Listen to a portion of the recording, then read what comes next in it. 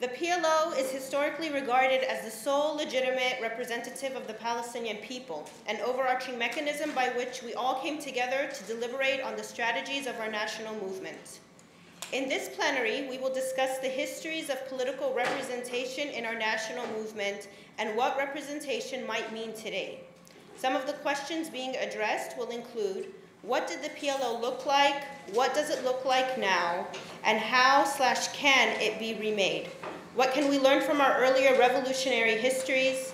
How has the current lack of representation impacted our struggle and our ability to develop a coherent and cohesive national strategy for liberation and return?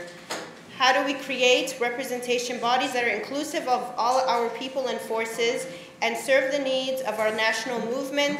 How do we embody our demands for popular and democratic representation in our own communities and associations? Joining us for this discussion are Professor Rabab Abdulhadi,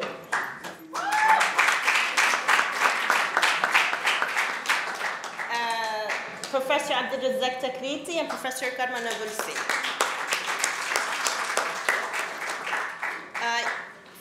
Following the discussion, we'll have a question and answer session. Since we're a little late on time, we're hoping at least 15 minutes, but we would kindly ask that people limit their comments and questions to 2 minutes. Without further ado, Rabab Abdulhadi is Associate Professor of Race and Resistance Studies and Senior Scholar of the Arab and Muslim Ethnicities and Diasporas Initiative at the College of Ethnic Studies at San Francisco State University, and the founding director of the Center for Arab American Studies at the University of Michigan, Dearborn. She is co-editor of Arab and Arab American Feminisms, Gender, Violence, and Belonging, recipient of the 2012 National Arab American Book Award, a special issue of the MIT Electronic Journal of Middle East Studies, and is a co-founder and member of the editorial collective of the recently initiated Islamophobia Studies Journal. She co-authored Mobilizing Democracy, Changing U.S. Policy in the Middle East, and authored several scholarly articles appearing in Gender and Society, Journal of Women's History, Radical History Review, Peace Review, book chapters, and over 70 newspaper magazine articles in Arabic and English language publications. Let me bring this here. Dr. Abdelrazzaq Takriti, excuse me, I'm sorry. Dr. Abdelrazzaq Takriti is a Palestinian organizer and lecturer in international history at the University of Sheffield, England. He was previously a junior research fellow in political history at St. Edmund Hall, Oxford, and he holds a D.Phil from St. Anthony's College, Oxford. His doctorate received the 2011 Malcolm Kerr Award for Best Dissertation in the Humanities and the 2011 Lee Douglas Prize for Best Dissertation in the Humanities and Social Sciences from the British Society for Middle Eastern Studies. His book, Monsoon Revolution, Republicans, Sultans, and Empires in Oman, will be released by Oxford University Press in July of this year. He is currently co-authoring with Professor Nabulsi a second book on the history of the Palestinian Revolution. And Dr. Nabulsi is fellow in politics at St. Edmund Hall and lecturer at the University of Oxford. Her research includes 18th century political thought, 19th century republicanism, and the construction of democratic republics, the laws of war, and the politics of Palestinian refugees, representation, and revolutions. She is author of various works on these subjects in books and journals, including... It's okay, you don't have to. These are kind of hard to say. So without further ado, please help me in welcoming Dr. Rabab Abdulhadi.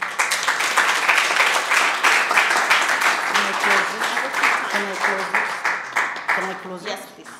Yeah. Good afternoon. First, I would like to acknowledge that we are, again, on unceded coast, Musqueam people's territories, and thank them for allowing us to have this conference here. I don't think we can repeat it enough. And I think if we were having a conference in Palestine, we would want the same kind of acknowledgement. So it's not a rhetorical issue. I would like to thank the organizing committee for putting together this conference, which is very exhilarating and encouraging, especially because it is organized by a group of young, rising leaders who will push the movement of our people forward. I want to address some of the questions that we were asked to address. Basically, what did the PLO look like before? What does it look like now? And how can it be remade? So what did the PLO look like? And I'm going to say something some of you probably know and some of you don't. So if you think that I'm going on and on, you can stop me and I'll move on to the next. I want to remind us that the movement, the Palestinian current contemporary movement that emerged in the 60s was an anti-colonial resistance movement. It wasn't a national movement per se, and we can elaborate on what is nationalism and that later on. It was inclusive, it was emancipatory to all parties and people who were part of it, and this is why a lot of people flocked to the Palestinian resistance movement. Everybody wanted to be part of it. This is because the movement that's going to liberate a people had to be, by definition, inclusive, emancipatory, and resistant to all kinds of domination and to all kinds of oppression and domination. And this is why the PLO in the late 60s really took the hearts and minds of the Palestinians. It is not an accident that the Palestinian resistance movement, for those who don't remember, attracted like-minded people such as Patricio Arguello, who, with Layla Khaled, was martyred actually, and the Sandinista, after victory in 1979, built a dam to honor him. Omar Cabezas, also from the Sandinistas, Fidaiyin Khalq from Iran, Black Panthers Party in the United States, the American Indian movement, the Filipinos, the South Africans, the Vietnamese, the Cubans, but also in our region, the Bahrainis, Saudi Arabians, and what they called it the Arabian Peninsula. They never called it by the name of the royal family.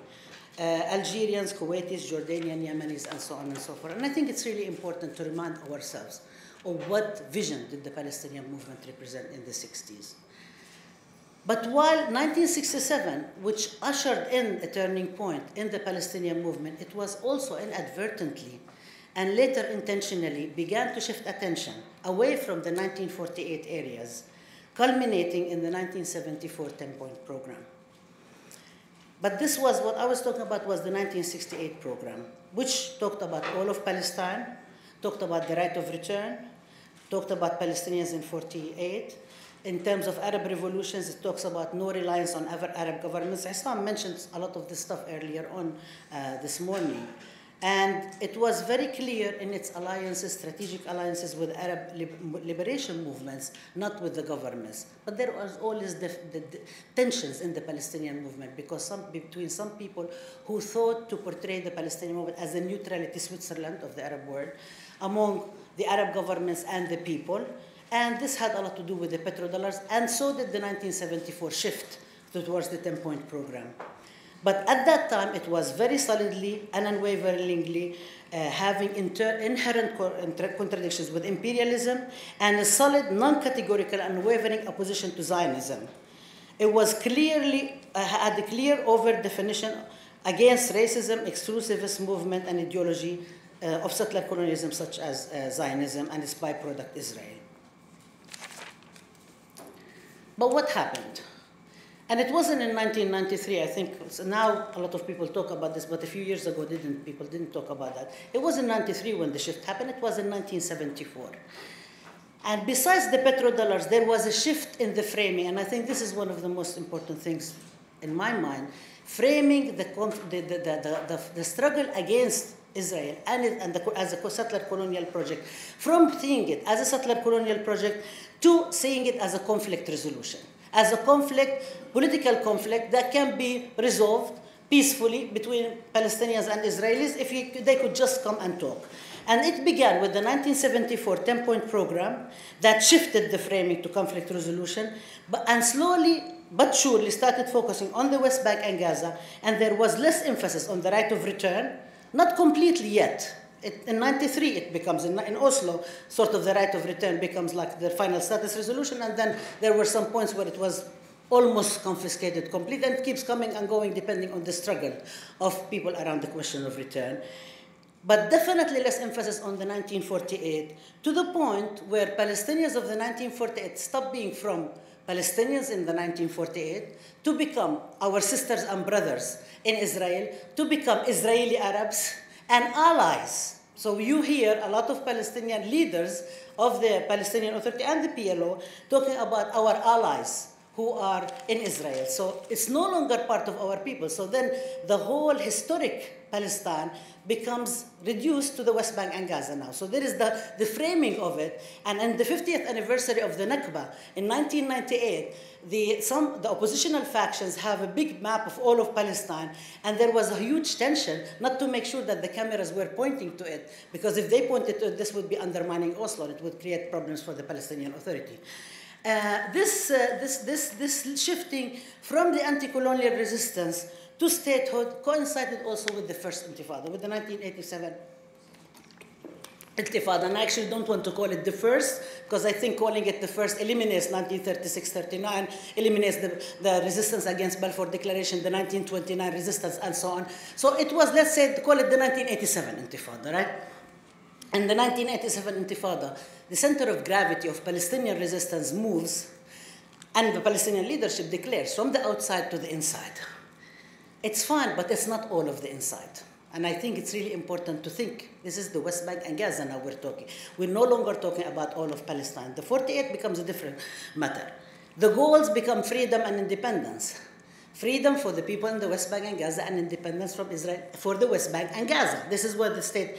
So then, and also at the same time, the Palestinian movement begins and presents the Intifada and imagines the Intifada as a civilized, non-violent, sort of very neat, orderly kind of resistance, uprising, and so on. And it becomes as if it's appealing to the international, i.e. read Western public opinion, rather than thinking about the strong, tedious, long-term, cumulative building on infrastructure of resistance, which actually was a very important character of the 1987 Intifada. That sort of becomes lost, and the emphasis becomes on how the Intifada is a very sort of civilized, we like it, it's non-violence, it's these Palestinians who are only engaging in civil disobedience and so on. And civil disobedience, when you talk about civil disobedience, is actually against the government, that's legitimate. That's usually when you talk about civil disobedience. It's not against a colonial rule, a legitimate colonial rule. Now, if you compare that with the second Intifada and the way in which the second Intifada, the 2000 Intifada, gets imagined and portrayed and deployed, now it's imagined as violent, as chaotic, as dark, as dangerous, and also mostly is what it means for Israel.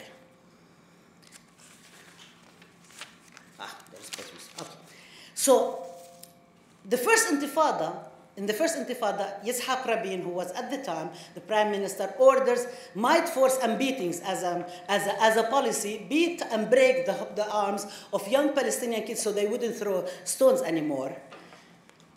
At the same time, and I think I've shared this with some of you, the reporters are interviewing and showing the Israeli soldiers breaking the arms of young Palestinians. And they go to interview Israelis in Tel Aviv. And a reporter talks about an Israeli woman eating a falafel sandwich, very interesting falafel, right? Sandwich in Tel Aviv, and she doesn't stop chewing. When the reporter tells her, what do you think of the breaking of the bones of young Palestinians? The Intifada is happening in the West Bank and Gaza, and nothing is affecting Israel, inside Israel or the 48 areas. The second Intifada becomes different.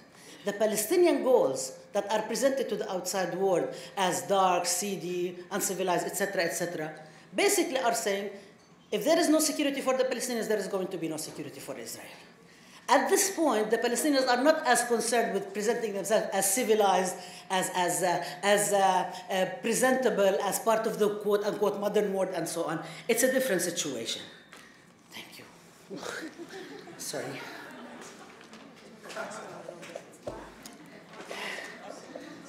Partly it's because the first Intifada was led by the unified national leadership of the Intifada, We heard a lot of discussions around gender and civil society. And I was one of the people who used to be very fond of talking about the women's role in the first Intifada and so on, whenever grants are written, they're all about gender and civil society. They're all about the civilized world. We enter the development discourse of the world, and it can be understood and consumed as something that is very universal to any other civil rights movement around the world. The first Intifada, the second Intifada in parentheses, is partly portrayed as one that is the making of Hamas and Jihad, Islamist, scary, and the militant Fatah who are refusing to abide by the civilized leadership of Fatah and live up to the Oslo Accords. This other thing that I think is really even more significant is that we need to also think about the context every time we do analysis. The second Intifada is taking place after 9/11/2001. And this is when the Israeli discourse becomes par excellence presenting itself as a security discourse vis-a-vis the United States, Canada, and other European powers. And basically Sharon, when he went to donate blood, quote unquote, to the victims of the 9/11/2001 victims, and Arafat's blood was made fun of when he was trying to donate, Sharon was saying, like, see, this is what we have to live with every single day. So again, it reinforces the same image. And this is what we're dealing with, because we're in North America, we're not actually back home. This is the kind of things that we're dealing with day in and day out. The second Intifada also is happening post-Oslo. This means that now the Palestinians are in charge, and the Palestinians are the ones who are responsible to discipline their own people. While the first Intifada, we could even clearly say that this is what the Israelis are doing. With the second Intifada, the finger is pointing at the Palestinians, saying, you're not doing a good job for the task that you are assigned to do. And you are supposed to be providing the security for Israel, basically, but also disciplining your own people and basically reigning in your own crazy and wild and chaotic youngsters, in order for you to be able to be entitled to sit along the seats of other civilized nations and have that kind of discourse. And you can see what's happening with all of this stuff. So this is where it is. And okay. So let me move to the next point, and we can elaborate on that when we have discussion. So what do we do now? I think, okay, so this is where the PLO, this is where the Palestinian leadership is at. What it moved from this amazing resistance, emancipatory, inclusive, huge resistance movement to something that's very narrow, but that's also acceptable to the Western world, but it's not necessarily speaking to the Palestinian constituency. Now, I think definitely we need to go back to reframing the conflict as settler colonialism. And I know a lot of us believe in it here, but I think we really need to have these discussions to figure out how do we do it in such a way without actually being afraid or shy or embarrassed about being very clear about our ideas. And so then, in this sense, the comparisons with indigenous people's rights becomes not only a rhetorical device. It has to become part and parcel of our mindset, of the paradigm shift in which we present the conflict. For instance, in 1988, when the Palestinians came out with the Palestinian Declaration of Independence, we've heard a lot of discussions about how the Palestinian Declaration of Independence is very similar to the US Declaration of Independence in order to win the hearts and minds of US public opinion. Now, we do know that the US Declaration of Independence, 1776, was exactly like Israeli Declaration of Independence in 1948. It's basically part of the colonists revolt against other colonists, settler colonists revolt against the colonial regime, and basically get something, and they call it independence. For the Palestinians to say that, what does that mean then to our own framing of the conflict as settler colonialism? We're giving up on that. We're basically saying we're exactly like the United States. The same thing happened when Beit Sahur, for instance, with the first Intifada, engaged in the no taxation. I mean, they refused to pay taxes, which is wonderful. You should not be taxes to occupation. But what was the model that was used? No taxation without representation. And that was specifically to reference to the Boston Tea Party. I know Tea Party now means something different. But at the time, it was a reference to the Boston Tea Party in the sense that we need to be represented in this body politics. How would you want to be represented in this body politic? What does this mean? Yes, it's maybe a very nice, interesting marketing device in the neoliberal framing par excellence, but it does not really speak to the Palestinian reality. It talks about, yeah, it may win some people, but it's not going to work in the long term, especially when you start talking to the same people about settler colonialism, about the right of return, about Palestinians being displaced, living in refugee camps, about Palestinians living in refugee camps wanting to return to their homes, which will for sure change the demographic character of the Jewish state. What would you do? I mean, this is the thing. It's kind of like all these catch sound bites. We get into the marketing campaigns, but it's not really about the essence of our struggle against colonialism. So, in this sense, it's really necessary for us to think about making the colonial rule ungovernable, making colonialism ungovernable. And for the PLO, and I still advocate for the PLO. I know a lot of people disagree with me, but that's okay.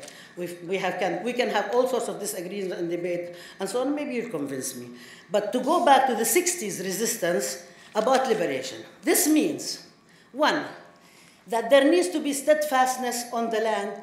That's what's happening in Sheikh Jarrah, like what's happening in Silwan, like the young people who did Al-Karama and Bab al-Shams and so on and so forth, the people in Hebron. This steadfastness is really important, but also not only in the West Bank, because we also only think about what's happening in the West Bank. Also think about what's happening in the Nakab. The 45 Palestinian communities inside Israel that are not recognized, only 13 of them were recognized because Adala made huge, amazing accomplishments and got them recognized. But the rest of them are not recognized by the Israeli government, which means no water, no electricity, no sewage system, nothing.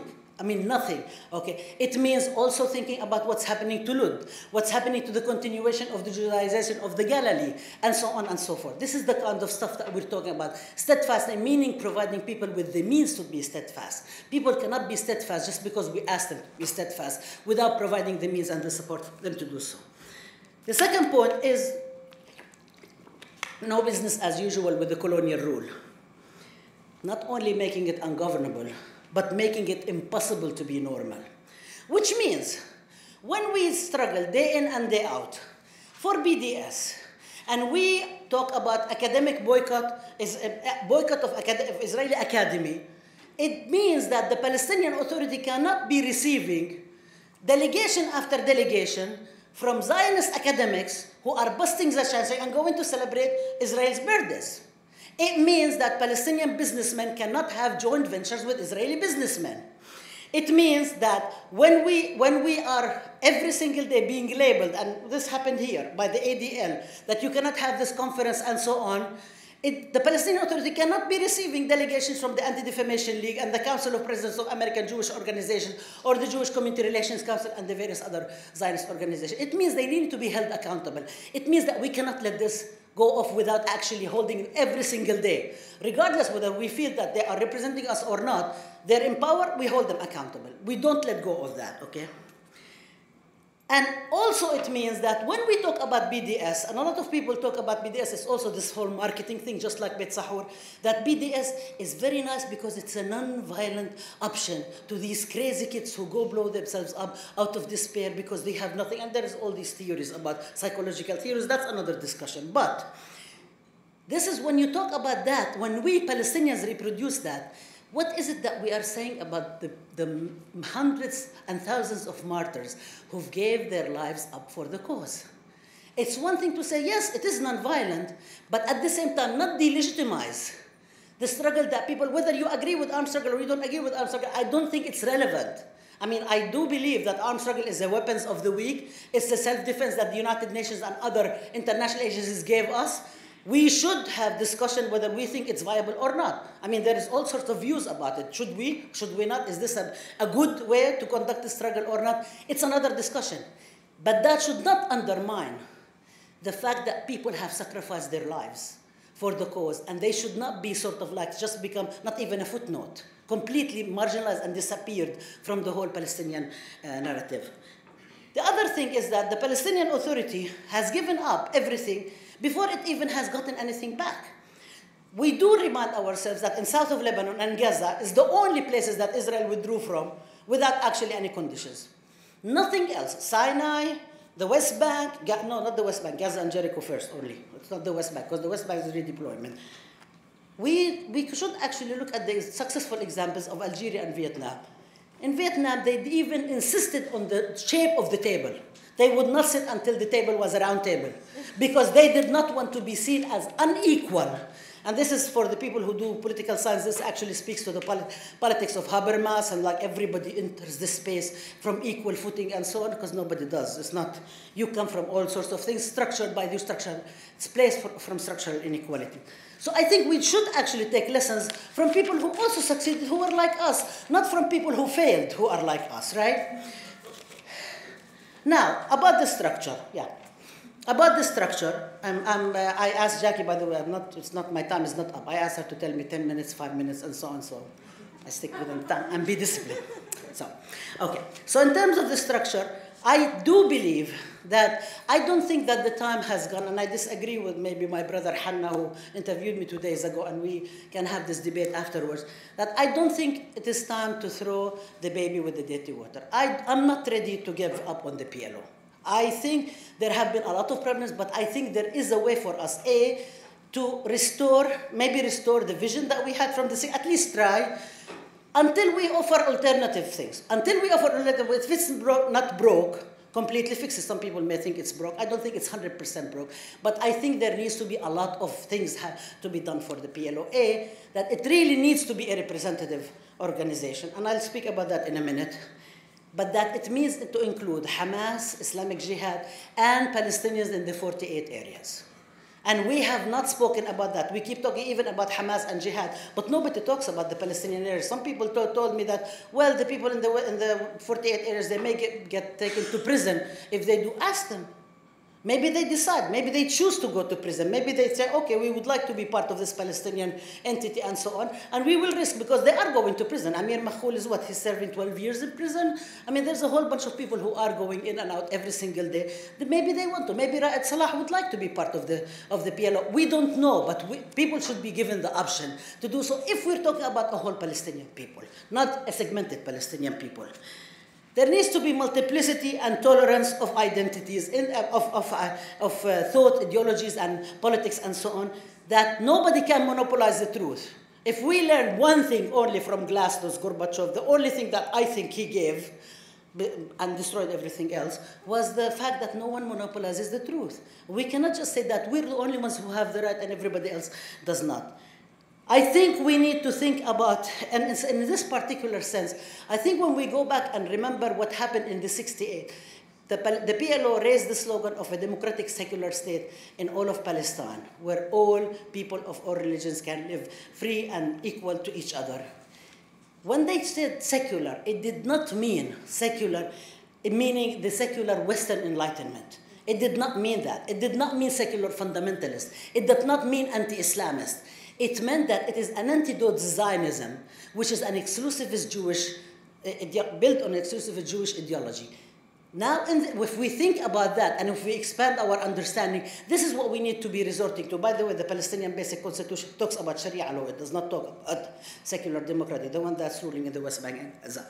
So we need to think about that, and we need to really follow. If we keep talking about apartheid, let's look at the ANC. The ANC, I'm not talking about what happened after 1948 and the economic compromises that were made.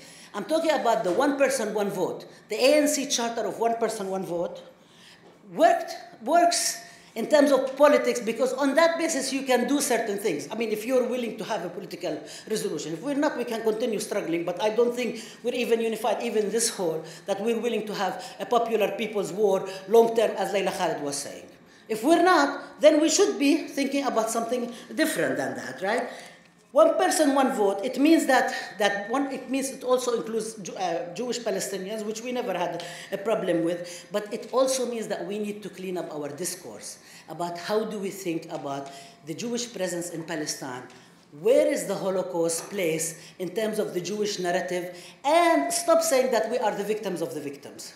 Because the people who set up Israel were not the people who survived the Holocaust. It was Zionist Jews from Eastern Europe that benefited as a result of the huge tragedy that has happened, because Jews were coming to Palestine, because Palestinian people were coming all the time. Nobody had the problem until 1917, the Balfour Declaration, and go look at all the history and so on. People were coming and going. 1917, they heard about the Balfour Declaration, primarily because Lenin exposed the Sykes-Picot Agreement in 1916 when the October Revolution won. Okay, yeah, I'm actually, last page. So I think we really need to think about that very clearly, and I think we really need to change our discourse, and I think we need to kind of like we need to understand and read and learn more about Zionist history and the details and the nuances of Zionist history, and stop kind of like copying and mimicking what the Zionist narrative says, and think about how can we establish a different anti-colonial narrative. I'm not talking completely from scratch, because we have a lot of things to work with, okay? I also think that we need to think about that our movement is not national, in the sense that this is not the nationalism of European nationalism that is exclusive, that's very small, that's bounded, that we need to think about it maybe in the sense of what Benedict Anderson called imagined communities. I think the model is really problematic on many, many levels, but in this sense, imagined community, that everybody believes that they belong to this community equally, that they can imagine there is no differences between them and so on, but combine it with this model that Ernest Renan talked about when he said, what is a nation? He said, a nation is a daily plebiscite. That people decide every single day whether they want to participate in this in an activist way. So, under Israeli occupation, when young people were carrying Palestinian flags, they were deciding every single day rationally that they want to be part of this resistance movement. And they lost their lives as a result of it. When they hoisted the flags on the electric wires, and you remember how many kids got electrocuted, when they wore T-shirts. This is the kind of the things that they participated, and they acted upon it. It wasn't just, okay, I choose to be Palestinian because I feel like I would like to identify as a Palestinian. It was actually a very rational, deliberate, activist course of action that people decided that it will cost them something, and they're willing to take the cost. So finally, 2 points I want to say is, no, actually 3 points. One is that we need to stay away from this whole exceptionalism of the Palestinians, that we are exceptional, we're different than anybody else, we only have the worst occupation in the world, we're engaging in all this marathon of victimization and so on, and we deserve support from everybody else, but we really don't need to build alliances with other people. We need to go back to the whole position of not against neutrality vis-a-vis Arab regimes and so on, and link up strongly, much more strongly with Arab revolution. Anybody who was at the World Social Forum in Tunisia and saw the support that was there for Palestine, you know, it's unbelievable. We can talk about that more. Finally, the last point is that we need to think, and this is my broken record, but I'm going to say it again, we need to think about everything in terms of the indivisibility of justice.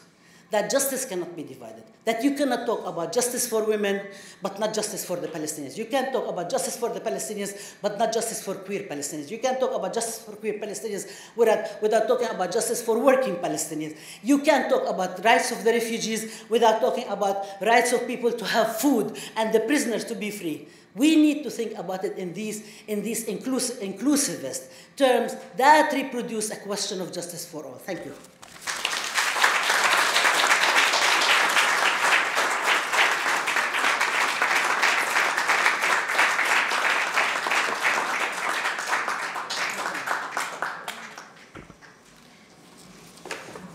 Next up is Dr. Abdelrazzaq Takriti. Please help me in welcoming him.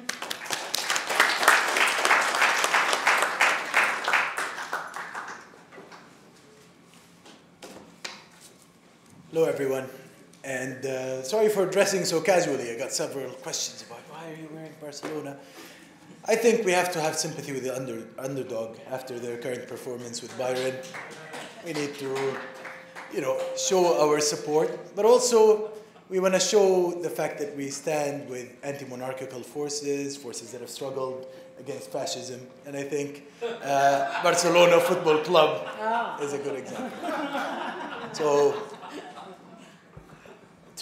on a more serious note, I'd like to thank Dr. Rabab for her talk, which covered a lot of the theoretical ground that we need to reflect upon when we think about our national struggle. But today I'm going to take a different angle, which talks actually about our feelings around the struggle and how they connect with the current state that we're in and how they connect with imagining a different sort of practice and actually enacting that sort of practice. I think that when we survey the Palestinian blogosphere, or when we look at Palestinian discussions and youth circles and seminar groups and just everyday conversations, the general feeling is one of negativity, one of overall disconnect from the current political structures that are meant to represent us. And this feeling comes from a very intense experience that our people has passed through since the Oslo process, at least since the Oslo process, whereby our aspirations on which our people have consensus, the aspirations of liberation and return, have been seen as not being adequately pursued and not being embodied in the national structures that are meant to represent us. In fact, the distance has grown significantly between the national structures and the people itself. And that was part of the Oslo process. That was actually something that was inherent to the process. For the process to succeed, for people to go along with it, they had to be separated from it. If you're going to advocate a course, a historical course that negates the Shatat, that negates the refugees under enormous American and Israeli and regional pressure, we should never forget where this came from, actually. Yeah? If that has any chance of succeeding, the people had to be kept out of the house. Because a house that is functioning, a house that includes people, a house that reflects their emotions, their feelings, their love for freedom, their love for liberation, their love for collective organization, that kind of house is incompatible with a course of concessions and constant negation of rights that are universal and that must be asserted. And this is what has happened. This is the story of the dismantlement of our national structures. This is the story of the dismantlement of the PLO, which has led to the sort of negative feelings that I was just describing earlier. When Dr. Rabab was talking about the beauty of working in a collective world, how wonderful it was to be part of a national body to which people from across the world came and flocked to, and that reached out also to other struggles around the world. This is a beautiful world. Yeah? The Oslo process was all about making us lose that. And now it's 20 years since then, and we have to seriously think about how we could retrieve what was lost. But rather than just retrieve it in that mimicking way, we need to recreate it. We need to rejuvenate it. We need to embody it with the spirit of liberation and return. And I think here there's a very important need for us to understand what that structure is. And the main problem that I find in conversations that I often have in North America in particular is that people often have a distorted view of what the PLO is. So a lot of people think it's a party. It's not. A lot of people think it's a group. It's not. You know, they treat it as if it's a party or it's a group. Or they treat it as if it's just a bunch of offices. Or as if it's a bunch of individuals. Or it's Abu Mazen. Or it's Yasser Abed Rabbu. It's not. the PLO, like any national liberation structure, is actually an official, important, representative entity. It's a house for representing the Palestinian people. So even if we reject policies that have been adopted by it, even if we reject certain leaderships in it, whether we reject them or not is up to each person, but those of us that do should not just say then, oh, then there's no need for the PLO. It's like saying there's no need for Egypt because Mubarak is bad. Yeah? PLO, like the FLN in Algeria, like the ANC in South Africa, like all of these national liberation movements, it's a structure, it's an entity that houses the struggle of the people. What policies it takes depends on how the people interact with that structure, and depends on whether they can keep it representative or whether they leave it to be thrown out there and to be used and abused according to the whims of the enemies of the struggle, i.e. in this case, the American administration that has played a big role actually in undermining the PLO and in aggrandizing the parallel structures of the Palestinian Authority. And this is another problem, by the way, another distortion we suffer from. A lot of people mix the Palestinian Authority with the PLO.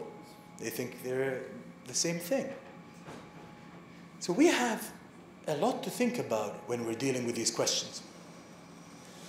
I've been in Facebook conversations where people keep on asserting, oh, but the PLO is corrupt and the PLO is bad and PLO is... Yeah, I'm like, yeah, of course. Like the Egyptian government was corrupt and bad, and it has to be dealt with. What has to be dealt with is the retrieval of institutions by people, the return of the people to the institutions and the return of the institutions to them. And this is a responsibility that our generation holds. It is a huge responsibility, and it's a difficult responsibility because it's much easier for us to say, oh, you know what, I'm going to detach and I'm not going to work in this structure. I don't want to deal with this structure. I don't want to demand changes within it. It's easier to set up, you know, each bunch of us sets up groups, and then we say, okay, my group, we think this. It's what we could call, you know, the world according to me type of discourse. I think that the Palestinian people should have one state, or I think the Palestinian people should have two states, or I think the Palestinian people should revolutionize the entire Arab world.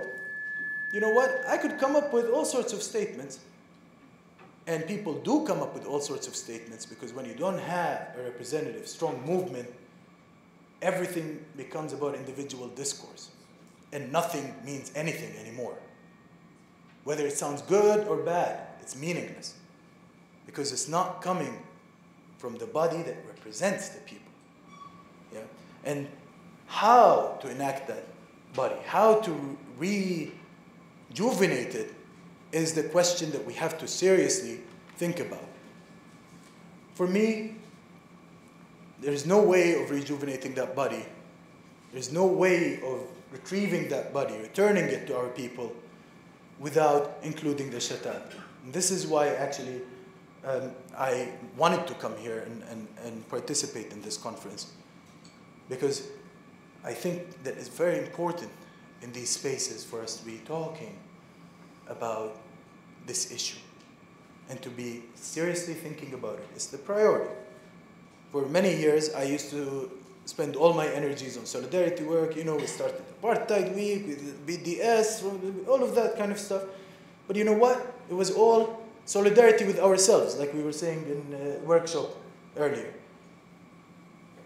It wasn't the sort of line that actually leads us to discuss a different, and I think an even more important question than the everyday strategies we use in our struggle is who strategizes and how we strategize and how we act collectively. And we cannot be a healthy movement without doing that.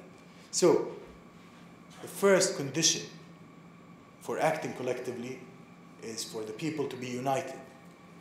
And for the people to be united, we don't say that in an abstract way, and we don't say that in a way of saying everybody has to have the same ideology or the same outlook on the world or anything like that. No, people will always have different outlooks on the world, and every national liberation movement has very diverse outlooks. Yeah? Ideologically, you will always have difference. But the question is, how do we all negotiate our differences and come to decisions together through a national structure? And that national structure is the PLO, basically, which is now has been turned into a dead space as a result of the Oslo process, but it has to be brought back to life. The division, therefore, that really affects us is not one of ideology. It's actually one of separating the Shatat from the West Bank and Gaza, and separating West Bank and Gaza from 1948 Palestine. It's very simple. If you want to reduce a people to nothing, you actually separate them geographically, and you start dealing with them as separate entities and units that are not represented together, that do not act in unison, that do not arrive at decisions together. And this is where the return of the Shatat is of paramount importance. The Shatat must be brought back to the PLO. How can it be brought back to the PLO? This is where the issue of elections that we've been talking about in this conference on several occasions comes in. You know, I'm not a big fan particularly of elections. I'd rather we were in an era of national liberation struggle where we could just wage people's war. It makes more sense to me. It was the guiding principle of our movement in the 1960s and 70s. It was called the revolutionary legitimacy. We had an entire theorization of it. There's a big literature in our movement that discusses what it means to be a representative in a revolutionary way. Yeah? And the idea was everyone back in those days was part of a party. So therefore, when the parties come together and they represent themselves in the Palestine National Council, which is our parliament in exile, that body actually can be much more representative of the people rather than just simple elections. But that theory presumed that these parties are fighting parties. Yeah, the whole legitimacy of it was that it's the Fida'i movements that go on the ground that represent the people. Yeah? Now we're at a different era. We no longer have armed struggle. Since 82 practically, I would say, armed struggle has effectively ended. We have fragments of armed struggle in some places, occasional acts of struggle, but the overall practice is not one of organized revolutionary violence. Yeah. The absence of armed struggle means that we've entered a new and different state. Yeah.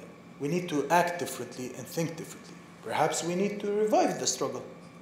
Perhaps we don't. Perhaps we want to start a different new strategy. But that requires bringing the people together. And how can they be brought back together? Well, quotas don't work when there is no armed struggle. Because what happens with movements that cease to be revolutionary in practice is that they get bureaucratized. Yeah? When you don't have a fighting core of people that are active in everyday struggle, leading things, you have bureaucratic structures. And these structures will just reproduce themselves in national bodies if we rely on them that way. Yeah? And this has been a problem that we've faced for a long time. Now our political system is based on quotas. And the quotas are actually, generally speaking, an obstacle to the development of our political system at the moment, as they function now. Because they create a constant element of stratification in the political scene. You know, we cannot move forward in this political scene because every party feels stuck. And we're in this constant game where each party tries to renegotiate what's my quota, what's your quota, this and that. Yeah. Also, the parties themselves become stratified. They haven't been rejuvenated in a long time. And they are in particular crisis in the countries of the Shatat, and in particular in North America. Here the crisis is most extreme because the people have been most distant from the political system. So that's why the PLO doesn't mean anything to people here. When you say PLO, they're like, unless you're from a previous generation, the significance of it has been lost. Because the organizational model has been lost. And because it's an organizational model that's unique to the anti-colonial condition. And if people here are surrounded by human rights discourses and discourses that have nothing to do with anti-colonial struggles, they cannot actually think in organizational terms that are suitable for anti-colonial struggles. So, the one challenge we have in North America is, first of all, to reunite with our people on the anti-colonial principles, to retrieve that knowledge and that understanding of why our structures are designed in the way that they are. Not to reject the structures, not to throw them out without any thinking, and not to internalize all this kind of discourse that actually pushes us away from this anti-colonial model of organizing ourselves. Yeah? Because, you know what? I don't want to be organized in an NGO model. That's not suitable for me if I want liberation. I cannot be organized into separate student groups that, with all my due respect for student groups, I spent, half of my life as a student organizer. But that will take us nowhere if it's left on its own. It has to be part of a bigger thing. Right? It has to be part of a national structure. In North America now, we need to reconnect with the experiences of our people elsewhere. We need to retrieve that knowledge. We need to enter the structures. And this is where the question of elections is important. Party quotas no longer work. They're just going to reproduce a certain type of Palestine National Council member. Yeah. And in fact, they're not going to produce new members at all. We have already a Palestine National Council that hasn't been elected, hasn't been even renewed for more than 20 years. It doesn't even convene. It doesn't have sessions. Yeah, it doesn't work. And that leaves the scene for PA authorities that are designed and structures that are designed as part of the Oslo process to do whatever they want and to make any concessions on behalf of the people as much as they want. This is a problem. So we need to rejuvenate this party. More importantly, we need to physically put back the Shatat into the movement. And that will never happen without connecting it in this way. Elections, it's not about fetishizing elections. I'm not a particular fan of like, oh, I'm going to go cast my vote. And, I don't believe in democracy as casting your vote once every 4 years in a ballot box. But that's an important step in terms of recognizing who has a right to participate in the body politic. If you do not give people an enfranchisement, that means that you do not recognize them as citizens. And that means that you do not recognize them as being part of your political system. This is why people fought historically for enfranchisement. You know, when women fought for the vote, when other people fought for the vote, when workers fought for the vote, they sacrificed many lives for it. It wasn't because they believed in the wonders of elections or anything. But it was because when you have this right, you are accepted as being part of the body politic, as being part of the body of citizens that have a right to have a say. Now we don't have a say, by the way. We are treated as if we're external to our people. The only people who are told they have a right to say are those have a right to have a say are those in the West Bank and Gaza. Everyone else is not recognized by the system. This is a problem. How do we end this? By making the 60% of Palestinians that are completely excluded, included in the system. By giving them the vote. By registering them. When you register people, you create actually a process that has a multiplier effect politically. Because once you have a right to vote, you start thinking of yourself as a citizen. You cease to think of yourself as someone in solidarity with yourself or someone who doesn't have a right to say anything. Many youth I meet in Britain, for example, today, many Palestinians, feel that, oh, but I don't have a right to talk about Palestine because you know what, I'm not living in Gaza, I'm not... And I'm like, citizenship has nothing to do with how much you suffer or not. It has to do with who you are. Which people do you belong to? Which political community do you belong to? Yeah? So, this is very important for us to understand where we are, how our institutions currently serve to oppress us, and how they could be made to serve our needs. How we can free ourselves actually from the external intervention that has destroyed the bonds, the political bonds connecting our people. This is the question that we must emphasize. And here in North America we have a responsibility, which is to match the moves that have been done elsewhere. Politically, in the Palestinian scene, there is consensus on this. We have a very special moment now where for the first time the Islamist movement in Palestine, including Hamas and Jihad, are demanding representation in the PLO. Now, this causes a lot of insecurity for a lot of people, but actually I see it as a historical opportunity. Because historically, our people had a problem with this. They did not include, the Islamic movement was not included in the national structure.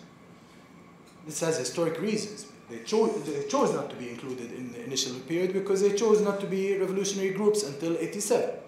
But after 87, when they decided that they're going to actively participate in the national struggle, it is a travesty for them not to be included.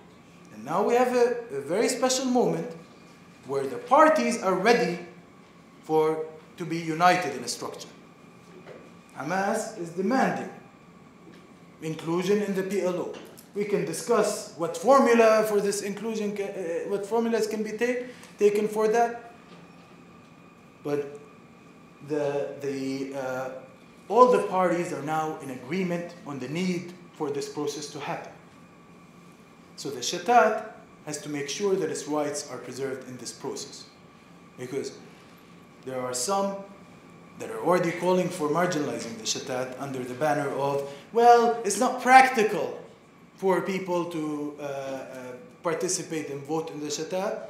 So therefore, let's just select their representatives and we'll choose them amongst ourselves. Yeah?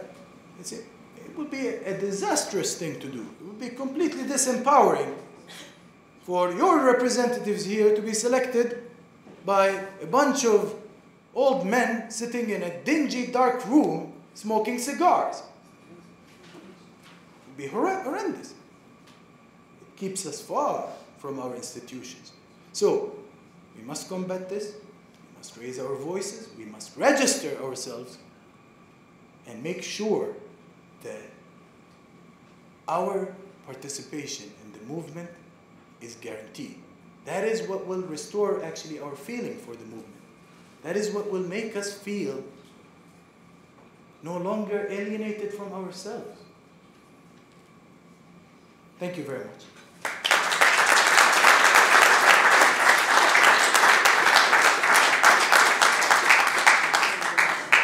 The microphone is better now, right?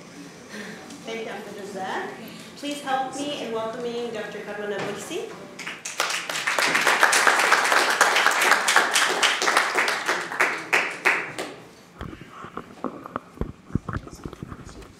So, return and liberation, and sometimes we call it liberation and return.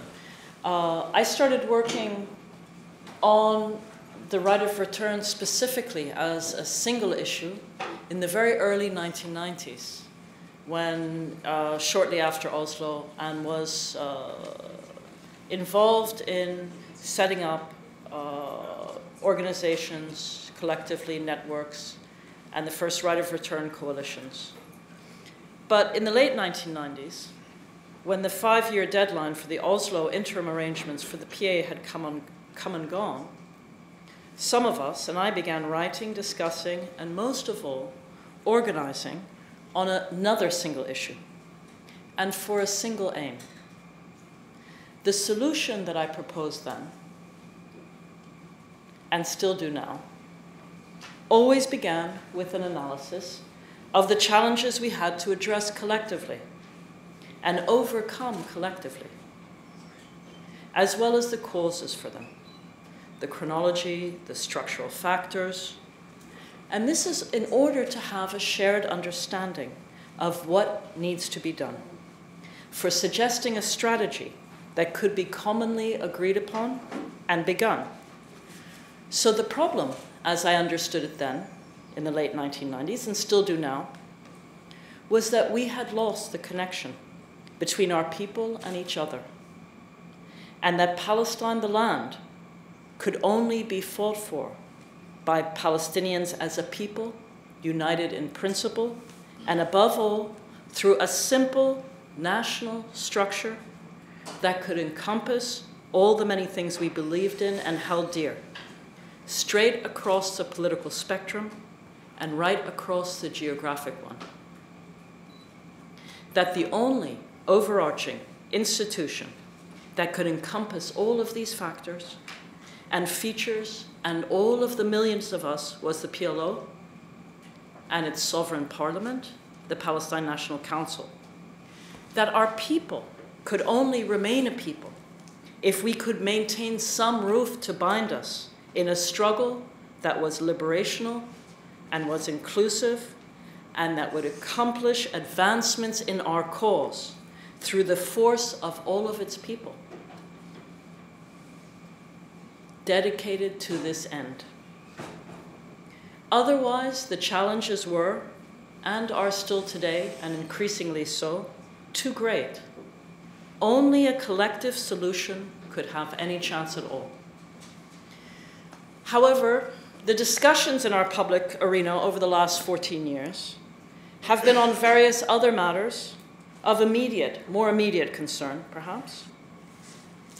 There has been discussion on the institutions of a state, the failure or otherwise of our political leaders to either manifest one or to liberate us or our land, on whether our role should be envisioning and debating whether we ought to have 1 or 2 states, on the Palestinian Authority and its authorities, political frameworks, powers, and finances, on the real nature of colonialism and apartheid, or whether instead we should be practicing cultural resistance, on Palestinian identity and what it was, or what we are, on imperialism and the neoliberal economy, and whether this is our real enemy.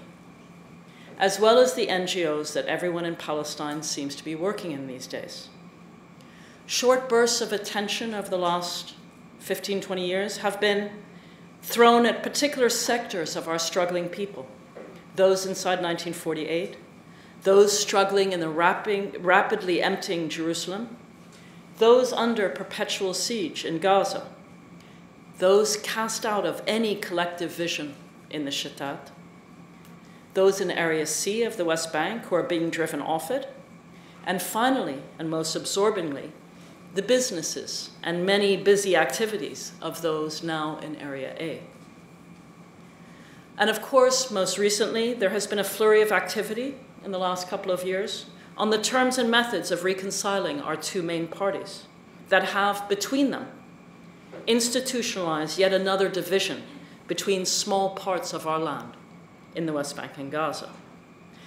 Now, of course, this is an overwhelming list of challenges, and one that we can easily agree is larger than any single institution, party, human rights organization, or coalition of them, civil society NGO, student activists, or rights-based coalition could successfully confront. What has developed over the last 2 years, however, is an appreciation that only a collective answer from the united force of our people can address all of these issues. Today, one no longer needs to give an account of this fragmentation. The collective dissolution of the ties that binds our people, the utterly frozen institutions, the lack of popularly led representation, and their solution is now apparent in every analysis.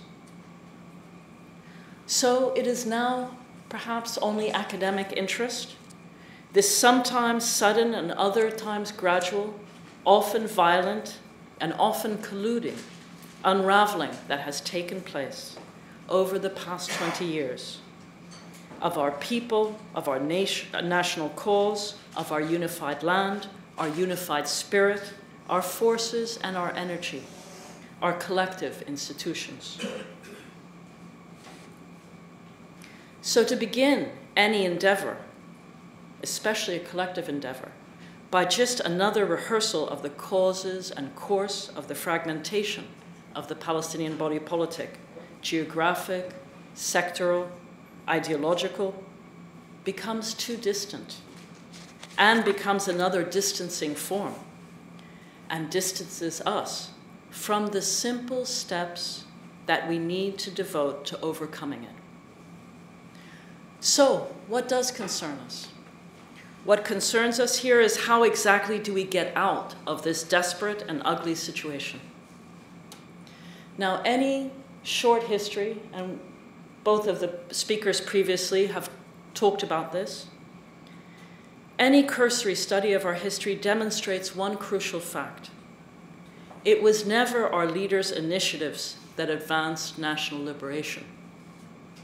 It was only in periods or phases when everyone takes national responsibilities as personal ones that things really start to change and to move. So today, at the tail end of a very long tail, of a previous generation's revolution, and just before the start of a new one, we find ourselves in between two eras, a momentary and highly charged moment. Most of our intellectuals, our old cadres, our young activists, our people in the Shatat and under occupation, hold their breath, waiting for that someone who is to take charge of the national crisis and put us on a proper footing so that our contributions, our commitments, and our sacrifices, and our love for our people and our land can once again take effect. The question before us has now been understood. We must bring the force of all of our people together under a single structure in order to unite our energies in a national strategy that can break us free from this intolerable dilemma. Furthermore, we understand what that means much more precisely. to unite our people inside Palestine, every sector in every location, 48, West Bank, Gaza, currently cut off from each other, together with the force and strength of the millions of us outside. This means, quite simply, restoring the PLO. That means returning it to the people. Only then will we have the strength to tackle the military occupation, the apartheid, the forced exile, and struggle towards our goals, liberation and return. To restore the PLO means handing its sovereign body, the PNC, back to the people to whom it belongs on a popular and inclusive basis. That is the only way to restore it. Direct participation, a directly elected parliament, where our national institution becomes once again the reflection and the spirit of all of us. Of course, every party now, it's not only a consensus among activists and intellectuals. Every party now, every faction, whether inside the PLO or outside of it, now adheres to this position. Whether some of them really want it to happen or not is another question we can talk about. I think there's a workshop afterwards. But we do have the mechanism. There are concerns that people raise, particularly in North America. And it's important to raise them. And I don't think we can answer all of them right here, and I'm not going to try and do it, but at least I want to raise them, because it's a way of looking at what is our national institution, what is our struggle. And it's really about this issue of elections. Abdelrazzaq talked about it a little bit, you know, about the fears, the concerns, the really unpleasant view of elections, which I share, actually. I'm not keen, you know, what are we looking for? We're looking for a revolution. We're looking for a liberation movement. You know, what does that mean? I don't even want a representative to represent me. I want to represent myself. I want my people to represent themselves. Right? So, these concerns are the following. And I'll just go through them really quickly to say, these are the shared concerns, that we know what they are. First, the PLO is not our representative. It doesn't represent us today. Now, some would go on and say, and this I agree, but then there is the further concern. So how could it ever represent us? Look at it today. And there's even some that said it never represented us. And that, I think, is a feature of our history, of the lack of knowledge about our previous revolution. Yeah. I mean, we can talk about when it stopped being popular. You know, we can talk about 1974 as being the date. Some people talk about 1973 being the date. Some people talk about the late 60s. Some people talk about 1982 when the revolution died. Yeah, there's a debate about this. But there's an understanding that once it did represent us, not through democracy, but through something more fundamental, which I'd like to come to at the end, which is the principle of popular sovereignty, which is the principle that's greater than democracy. It's that people rule, the people are sovereign. Yeah? And that's what underlined the Palestinian Revolution, popular sovereignty. And when the factions went into the PLO, because they were popular, they brought the people in with them, and it had a popular legitimacy. And that's what we seek, popular. We need a popular movement. So that's it. One of the concerns is the PLO is not a representative, surely today, but the concern is it can't be tomorrow. Another thing that comes up a lot is the PLO failed to achieve anything. Therefore, it's a useless structure. It was always autocratic. I mean, I hear this a lot, and the structure is no good. Yeah. There's another one is the purposes of representation. Yeah. Our leaders have failed us, they fail us today, and they're detached from our people's concerns. The system itself is so corrupt, and national politics, I hear this a lot, national politics is bad. You hear this in the current generation. And it really is a revulsion at the pollution that is our public sphere today. You know, look at them who have control of our public sphere. So there's a turning away from national politics as being something so corrupting and so impossible to achieve anything in, that one wants to work in a sphere where one could be virtuous. So there's been an abandonment of the national level of politics. When I was 18, when I joined the revolution, all of us participated in it, and the PLO belonged to us. It was ours. It was popular. It belonged to us. Yeah? So this lack of desire is a real problem, to engage in national work. And although I think people understand it has to be done, it needs to be done. We can't stay out of the public realm. It has to be taken. The institutions belong to the people. They have to be taken. Yeah? There is this reluctance because of this pollution that has happened over the last 20 years. You know, we can go through the disfiguration, the Sulta, the donors, the Americans everywhere, the parties, what has happened to them. The other thing is we There's a lot of questions about how do you reform the PLO, even if you wanted to. Let's say you have an understanding that the PLO has to be. We need an umbrella, we need a house. Yeah? So, but what's the correct, who's the person to reform it? Right? Is it the parties? Yeah, there's an argument that, you know, through the reconciliation of the parties, you will get, and only through the parties can you get an agreement on the elections. We're not seeking the reconciliation of the parties. I think the parties should be competing. We're seeking a reconciliation of our people across borders. The unity of our people is what we're seeking through a structure. Yeah? And most of our people don't belong to any party now. So, of course, the PLO is going to look differently than it did during the National Liberation Movement. Parties have to be in, but they're insufficient. And also, they will not be able to reconcile. We want our people to reconcile across the borders, and we've wanted this since the Nakba. We achieved it in the earlier revolution momentarily, and we need to do it again. Yeah? So what are the requirements of reform is another question that comes up a lot. There's the question of the charter. How could we go into a PLO with this charter? It's not reflective of us. Yeah? The other thing is Oslo has to be gotten rid of. Or the charter also has to be, or the PA has to be dissolved first. Yeah? There is an endless list of things that we have to change in this institution if it's going to reflect what our will is. But who is the address for change? I would say it's the people that make those changes. Not me, not a committee, not a bunch of lawyers in a back room who change the charter. You know, we have people saying the charter should be this, the charter. It's that kind of individual ideas where it cannot take its force. It only takes its force if it belongs to the people. So, of course, it's the people that have to reform the PLO. Once they go into the House, it's their right, and it's only their right, to change the charter to reflect our will, to make our national strategies. Yeah? And then there's the final thing, which is about elections themselves, which, you know, I share many of them. Yeah? Elections keep the same people in power.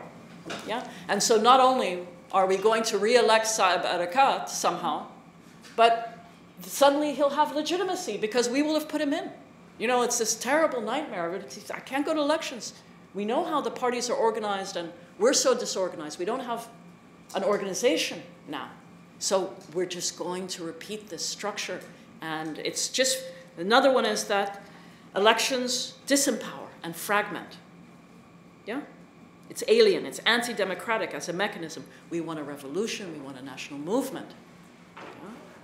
It's colonial, it's neoconservative. You know, the democratization wave. Everybody knows what that was about. So what is it about, why are we calling for elections? And I would say we have to go back to, I talked a lot about the strategic reasons why we need a house, fragmented people, an empty house. We need to restart our movement. We have not achieved a single liberty yet. We have to struggle for return and liberation, and we need a house. Yeah? So I've talked about the strategic reasons, but I'd like to close on the principled reasons for it. And that's the principle that should guide us in what we do. And that's the principle of popular sovereignty. I talk about it a lot. It's not really discussed much, and we need to talk about it more. It's the revolutionary principle. The principle of popular sovereignty is that the people are sovereign. It's inside of them. Sovereignty does not lie with a state, with the leader, with the king, with the president. It resides in the people. The people are sovereign. Any national institution, any national strategy, any program must emerge from their will. That means how do you restore, how do you institutionalize popular sovereignty? When you register people to vote for the PNC, you're restoring their sovereign will. We don't have a people anymore in a legal status outside. People are deciding on our behalf. Few people, a handful of people are deciding on our behalf. What's the mechanism? How do we bring people together? How do we give the institution back to the people? It belongs to them. It's for them to make the national strategies. The people are sovereign. It's not the vanguard who's going to make the policies. It's not the group. I want to hear what our people want, and we need them. Only our people are strong enough to confront the obstacles facing us. So I'd like to close with that principle, with that revolutionary principle, which is the principle of popular sovereignty. Thank you.